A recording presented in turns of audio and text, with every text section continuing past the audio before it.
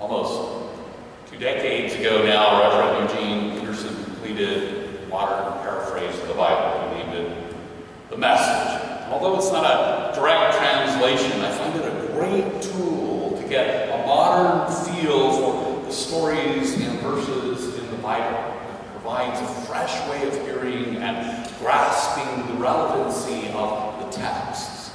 And even though I don't regularly use the Message in our bulletin or worship service, I do often read it as I prepare for sermons. And as I read Reverend Peterson's paraphrase of James 2, verses 1 to 17 for the sermon, I thought it captured the meaning particularly well, which is why we just heard Dave read it, and read it nicely, Dave. Part of the lesson in the lesson is that love is supposed to live in churches, to live in our lives, to live in our hearts. And as the reading puts it, we do well when we complete the royal rule of the Scriptures. Love others as you love yourself. As the reading suggests, that rule applies to us as individuals and as church community. Love needs to thrive, to be alive in church. It's not just for those of us who are well off and visitors who are like that, but for those of us in need, visitors who are like that too. No, not even those we consider enemies are unworthy of God's love, and more to the point, are unworthy of our love. We discussed last week in Acts 10, God commands that we call no one profane or unclean. Acts 10 also teaches that when Peter learned that command, he understood it to mean that God shows no partiality. Whether we or anyone else likes it or not, we are all loved by God unconditionally, without partiality.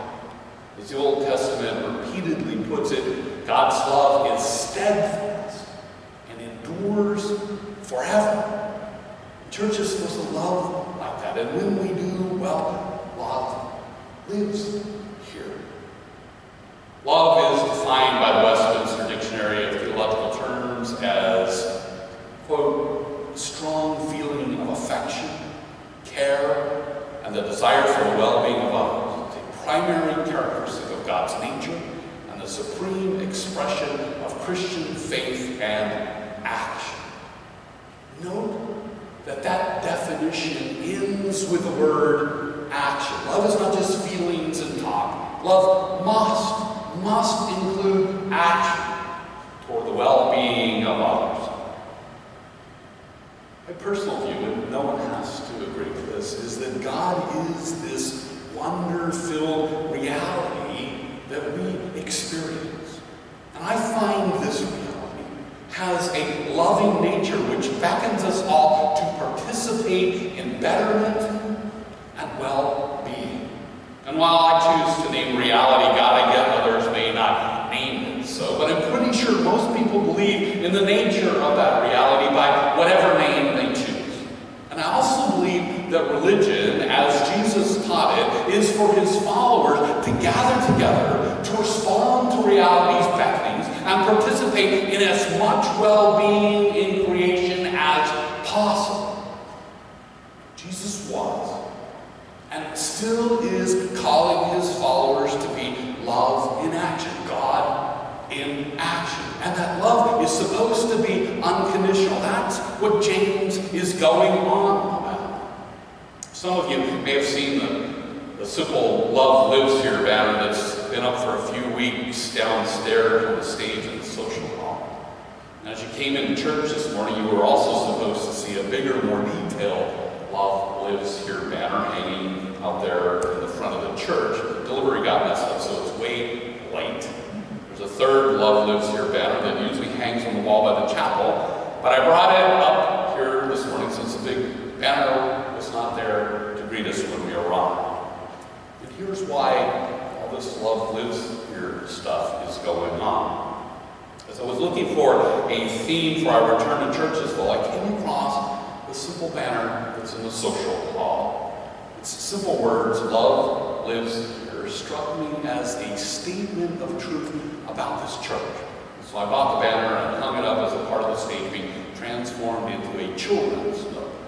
As I look at that banner after I hung it up, I realized it was a great theme, not only for the children's nook and the church in general, but for our return to church. We come to this church, to God's house, because love lives here. And love truly does live here. Love's in our ministries, our missions, our worship, and in each of you. It's in our music. And it's in all of our gatherings. God is love, as we heard in the invocation. God is love. And love's what we talk and sing and pray and preach about. And love's what we work for. We work for love, for God. The lectionary lesson from James is about making sure we are working for love for everyone, that unconditional love of God for all. As the banner out front will proclaim, hopefully this week, love lives here. And beneath those words, it says, the well-being of all matters. A just world for all matters. All genders, all orientations, all colors, all religions, all cultures, all ages, all sizes, all abilities. Love. And it's similar to the word, the banner that is up here on the chancel. Those words state self-evident, indisputable truths. And since all lives matter, then certainly Black lives matter, certainly brown lives matter, certainly Asian lives matter, certainly LGBTQ plus lives matter, certainly female lives matter, certainly poor lives matter. And since all lives matter and are equal in the eyes of God, all lives should matter and be treated equally in society. They're not. Sadly, they're not. Racism, sexism, heterosexism, and classism deny equal mattering and equal treatment in our culture. Not all are treated equally today. And they weren't back when the book of James was written. So James takes the matter on. Why? Because Jesus took the matter on and he taught his followers to, which is why we take it on. In our reading, James goes right to the heart of Jesus' gospel and spells it out. Love others as you love yourself. And he challenges the segregation occurring in church between the haves and the have-nots. What the message calls the man in the suit and the street person.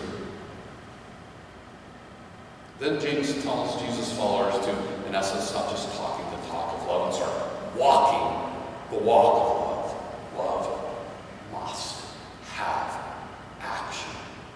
The book of James doesn't sugarcoat it. The Message report in modern terms, James lays it out bluntly. Isn't it obvious that God talk without God acts is outrageous nonsense?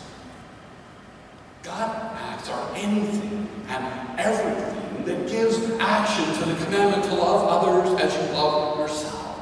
And while God is certainly everywhere, God come to life is when we do those God acts. So we cause love to actively live. God is love. And this is God's house.